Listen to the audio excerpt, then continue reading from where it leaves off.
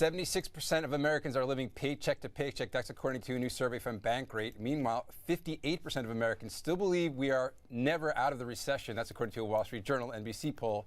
Joining us now is James Altucher, whose latest book, Choose Yourself, Be Happy, Make Millions, and Live the Dream, attempts to be an antidote to all this negativity. So, James, welcome again, first of all. Thanks for having me on. So, first of all, the premise of the book is this idea that you have that the middle class is dying and that these jobs that have been lost are never coming back. Right. There's a happy ending here, perhaps, but what's that premise based on? There is both a happy ending and a sad ending because many people still cling to the safety they think that corporate jobs and their college degree and so on have for them. But we see from all of these statistics that not only are 76 Americans living paycheck to paycheck, but middle class income or just income in general is going down while inflation's going up. So eventually everybody working for corporations are either going to be fired or starved to death. I don't know what's going to happen.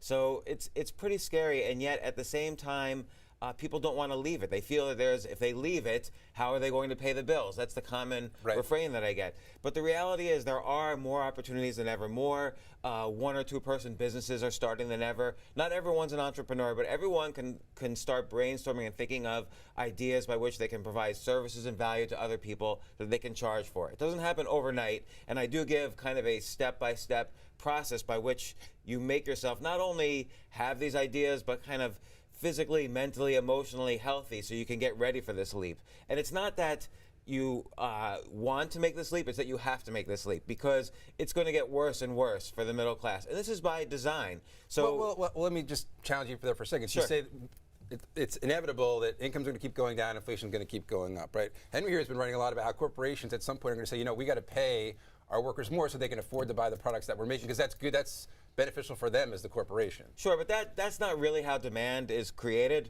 I mean, what's happening right now is corporations want to make more profits, and there's ways to do that. For instance, I'm on the board of a $700 million revenue staffing company. We're seeing it, or I'm seeing it, as the Fortune 500 systematically fires all their employees and outsources to temp staffing companies. I mean, the temp staffing agency is up huge while the economy is only up a little bit, which is why everyone still feels like we're in a recession. I mean, the recession's been over for 4 years, and yet we can't help it. We actually all feel bad. Like, we feel really bad about the economy. But why is it? The economy keeps growing. It's because, again, the middle class is getting fired. The bulk of people are getting either downsized or outsourced or globalized or mobilized, and temp staffers are filling the holes, or people around the world are filling the holes. So again, you have to sort of, at this point, no one's going to pick you. You have to sort of pick yourself. You have to choose yourself is the title of my book. And there's ways to do it so that you can do it in a very kind of progressive way. It doesn't have to happen overnight, so that eventually you become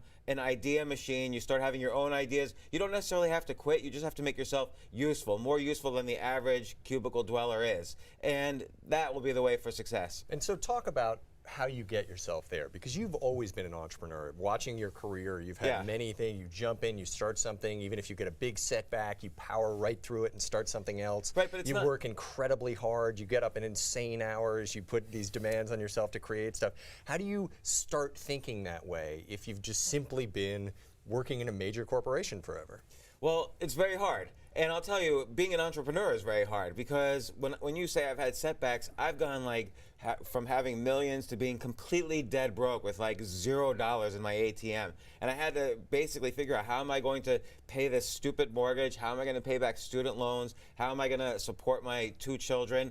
And you can't just say, okay, well, I'm just going to power through it. You're on the ground suicidal at that moment. And you have to basically say, okay, what worked before and then what didn't work when I lost everything. And so it's kind of corny, but the basic things that work are being physically healthy, so making sure you sleep enough and exercise enough and eat well, being emotionally healthy, which most people forget about. You have to be around people who inspire you and love you and who you love.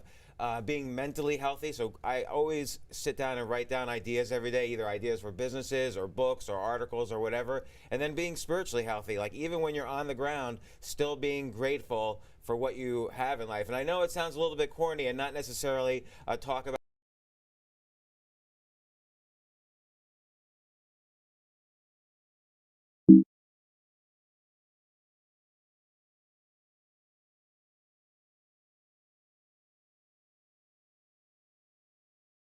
economics, but that's what you have to do to kind of power the batteries back up. It's the only way to kind of do it. And if you do that gradually, again, you're not going to quit the next day, but ideas are going to start to happen to you, and opportunities do start to happen. Because I've seen it now, and not only in my own life, but the people who have written to me after reading, earlier versions of this book and so on.